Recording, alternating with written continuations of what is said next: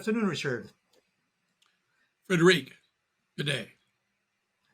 Well, thank you for accepting to be interviewed for this series. We're going to speak about leading in uncertain times. Before we start, a few words about yourself.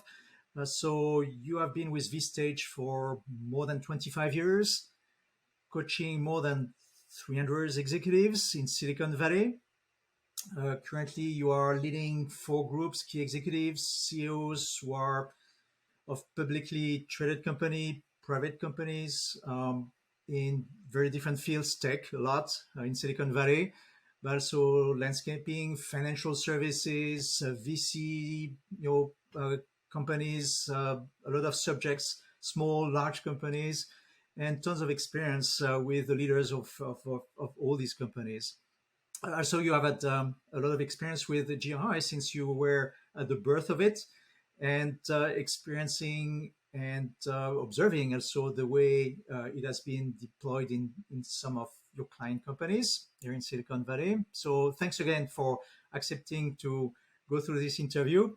We're going to start with the subject matter, and which is uncertainty after the COVID times. And if you can say a few words about it before speaking about the key aspects of how we can take advantage of this new situation now.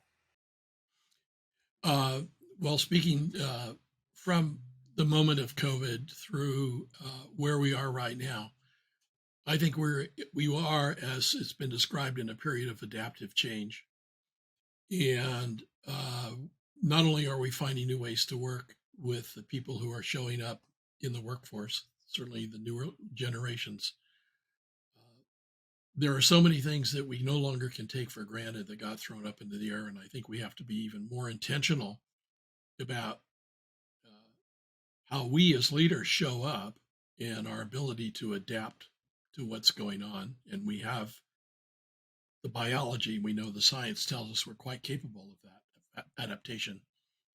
And the other part is be more intentional, perhaps, about how we organize our companies, how we even view the role of senior leadership as we've moved from a command and control kind of structures in many companies to more of I would call it you've heard it said, a sell and enroll. So yes, and just a specific example, on a Wednesday, I finished a personal counseling or mentoring session with one of my members, coaching session.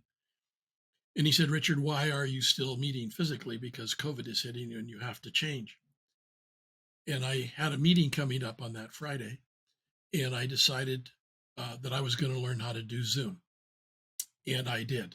I had canceled someone coming in to speak.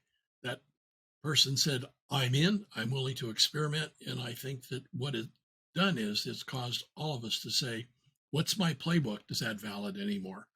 And I'm exactly in the same spot, examining that. And I think that's the mindfulness we need to bring.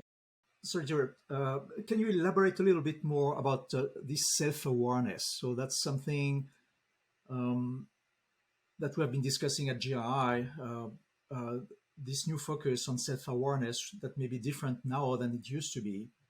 Did you see some acceleration in how leaders need to look at themselves and need to rearrange the agenda? What have you been experiencing with your CEOs? Well, I think Lao Tzu 2,500 years ago in the Tao Te Ching said, be aware of your self-awareness. It's the path of shining light.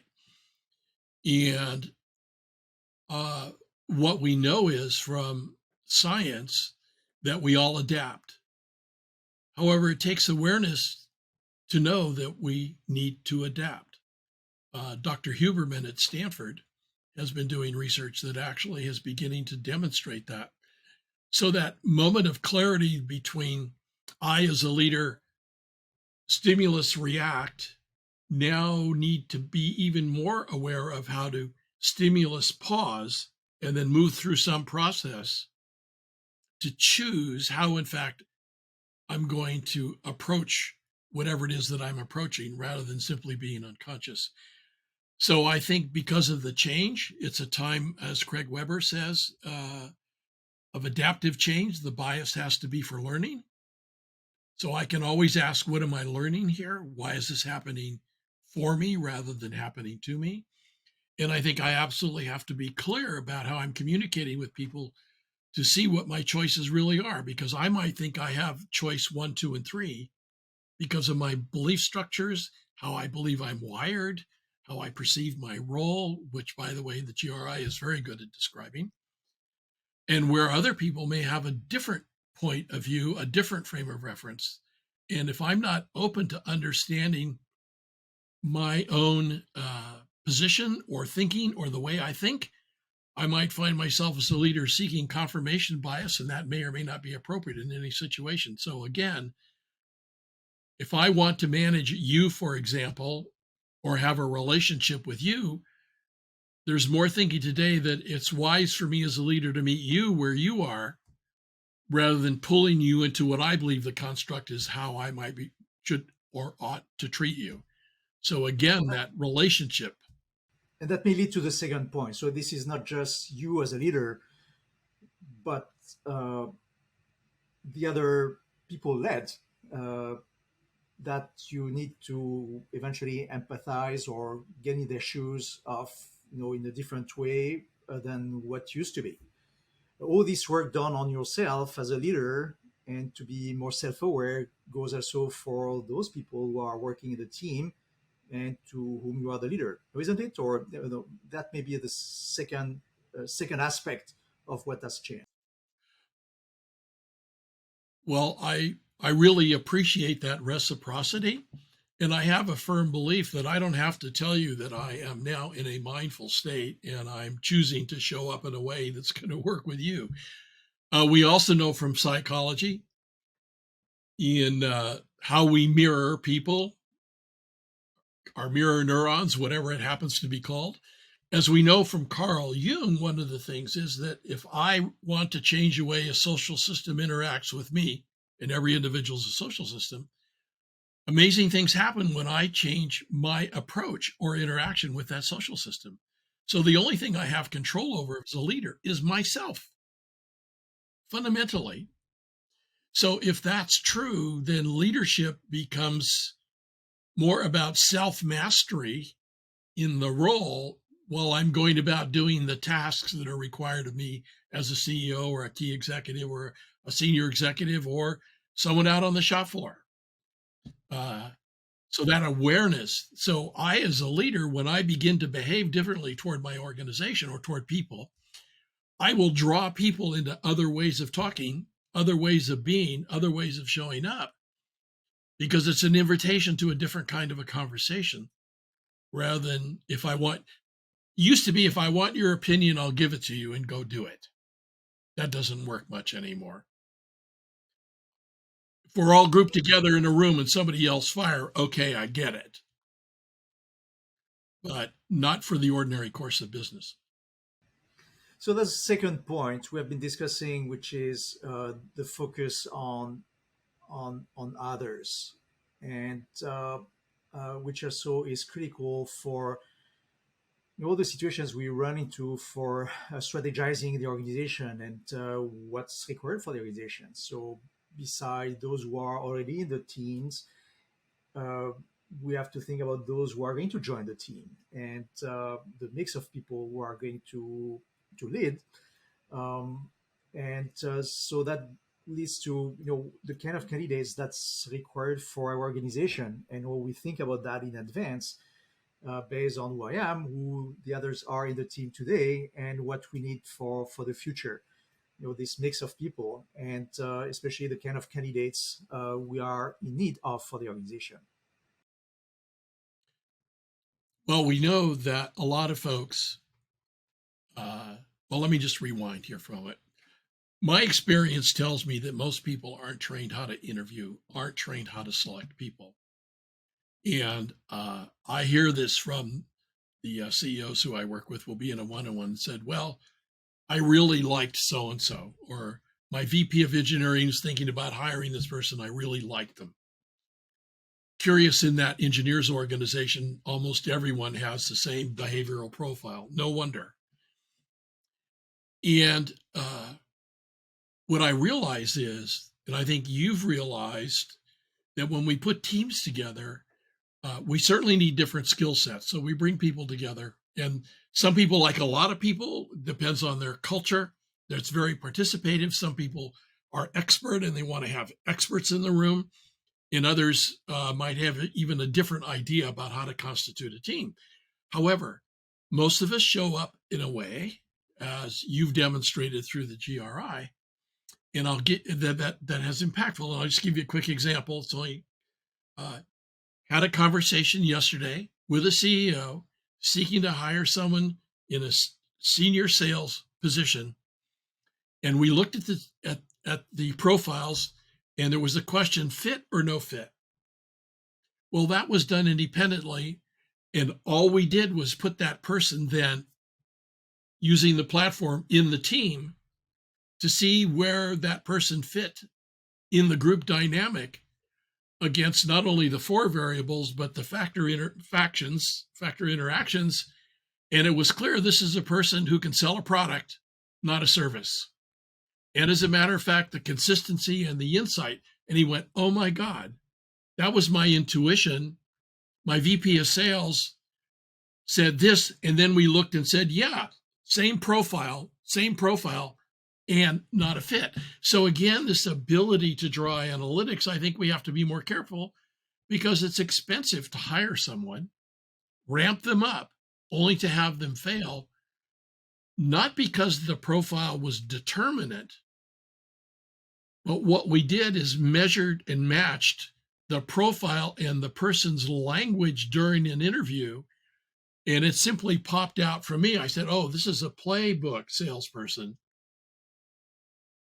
And that's okay. When you have a product, it may not be quite as successful in an environment where the playbook is, how do I sell and find out what's going on, rather than how I convince them that my solution's the best. So again, moving beyond that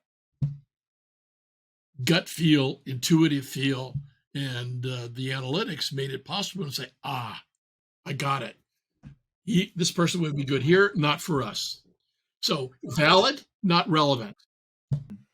So a lot of challenges to make sure that we have the right pool of candidates and the right people in the seat, either it's a sales role or any other role, and have a good mix of people up front before even thinking about what I'm going to do with them now that they are in the seat, and making sure I do the best of what I can do for that person to be successful in this role. Okay?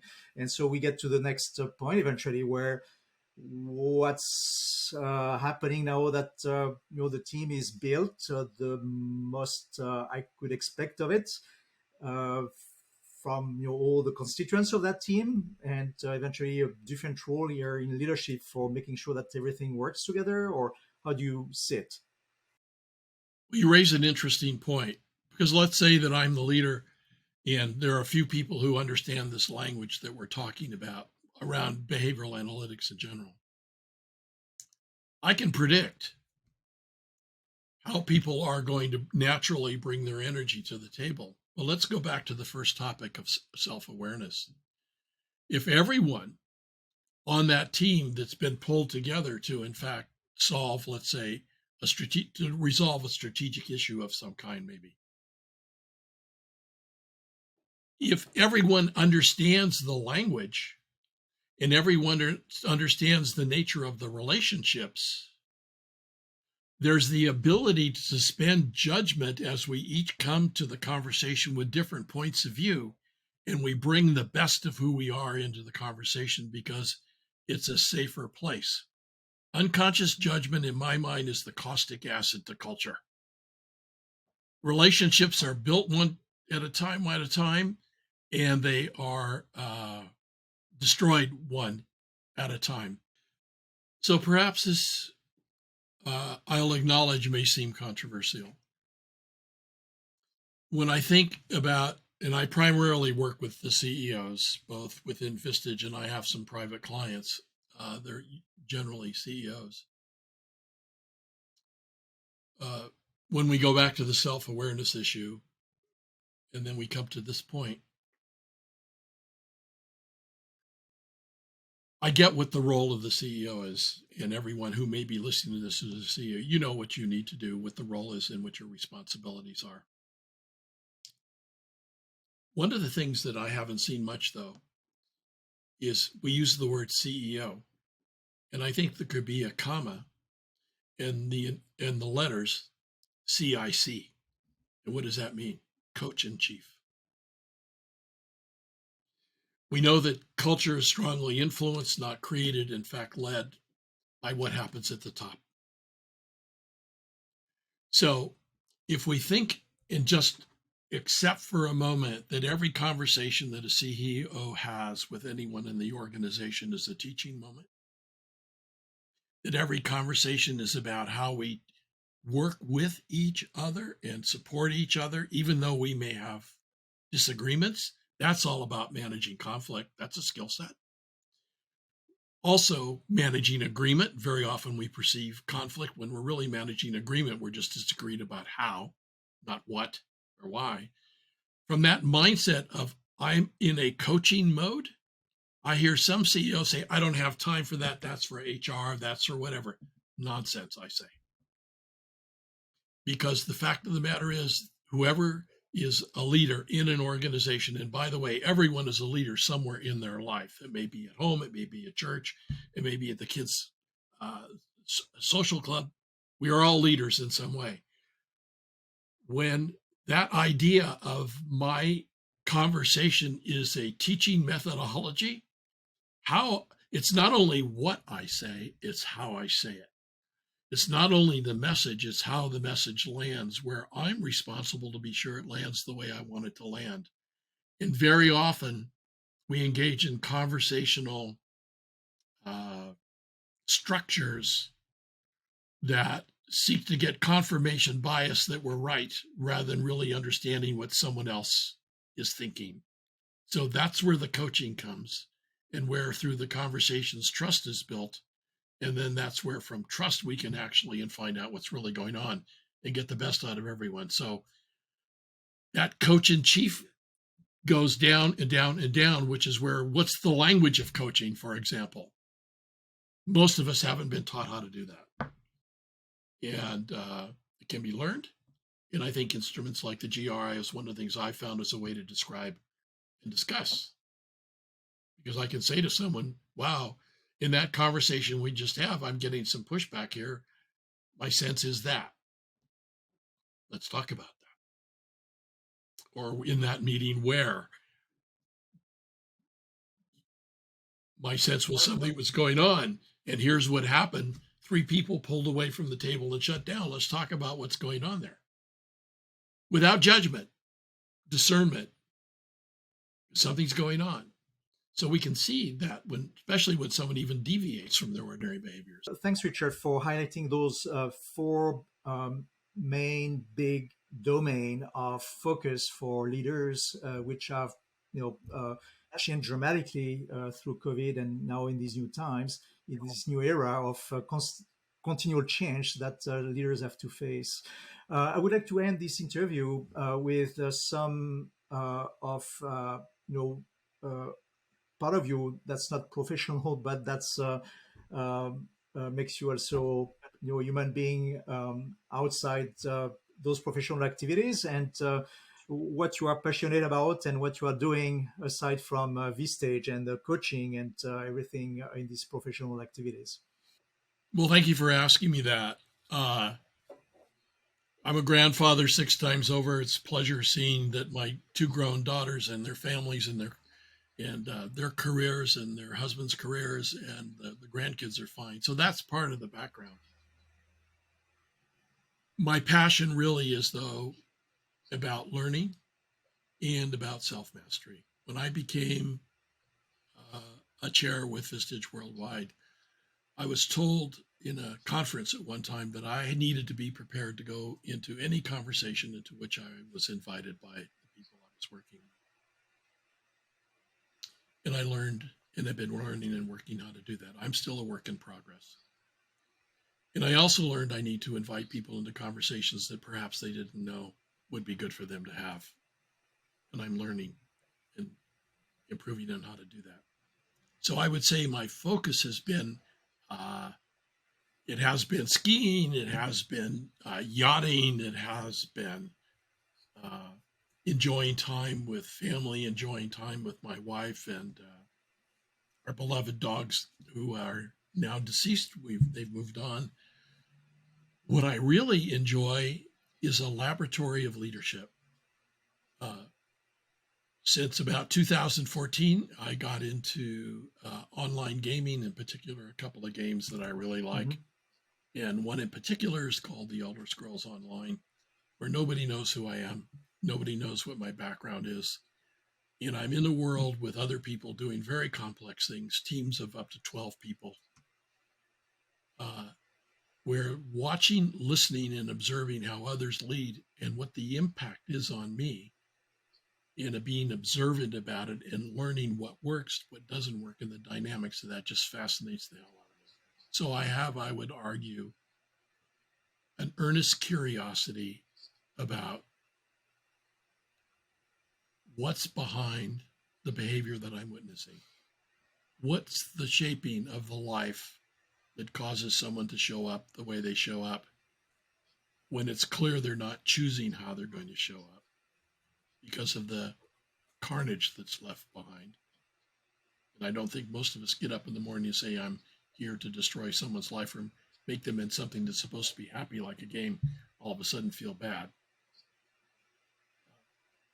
To really understanding from others and my experience and interaction, and then how I react or respond to those stimuli, it just brings me great joy, which allows me then in the conversations that I have every month, now on Zoom for the most part with the people I work with, a great deal of personal satisfaction.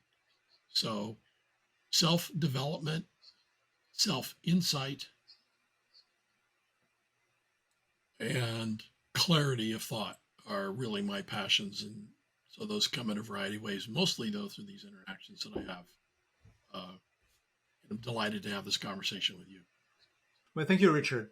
And thank you for the conversation and your testimonial. And thanks again for all this time. And we have an amazing article that will be published along with this interview. So I encourage all the listeners to read it and learn more from Richard and this conversation we have had for the past weeks, and I would also add for the past years. So thanks again, Richard. Frederic, thanks for inviting me into the conversation. I really do appreciate it.